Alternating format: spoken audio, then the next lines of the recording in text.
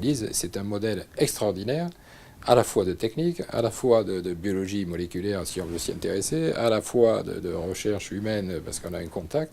C'est une interface fabuleuse entre des patients qui sont malades dans des pathologies chroniques très difficiles à gérer et une technique qui est extrêmement compliquée, extrêmement difficile à mettre en œuvre. John Merrill & Co., paix à leur âme, considérait que Scribner et ce qui se passait sur la côte ouest, c'était des bricoleurs.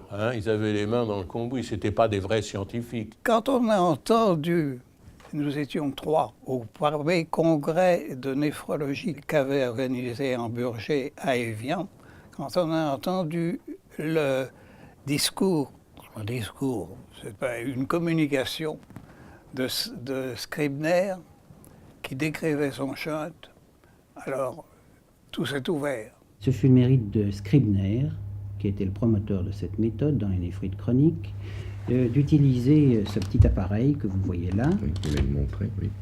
qui est une sorte de canule à double entrée. Bon, le chairman a dit mais c'est fantastique, mais c'est hallucinant ce que vous nous rapportez. Vous ne pensez pas que ça va se développer cette technique? Mais j'ai dit si monsieur, le dialysat et l'eau, ça doit être un produit pharmaceutique. On ne peut plus considérer ça comme un produit de medical device, c'est un produit pharmaceutique. Il m'a dit on verra si l'avenir vous donne raison. Et là je pense que tout le monde est capable de sentir que c'est très bien de dire qu'il faut augmenter le dialysat puis qu'il faut le rebaisser, mais de combien il faut l'augmenter? De combien il faut le baisser pour que la natrémie monte et revienne au niveau initial? Et ça, il n'y a que un système de modélisation d'ordinateur qui peut le faire en temps réel pendant la séance de dialyse pour le faire. Et ça, on sait le faire.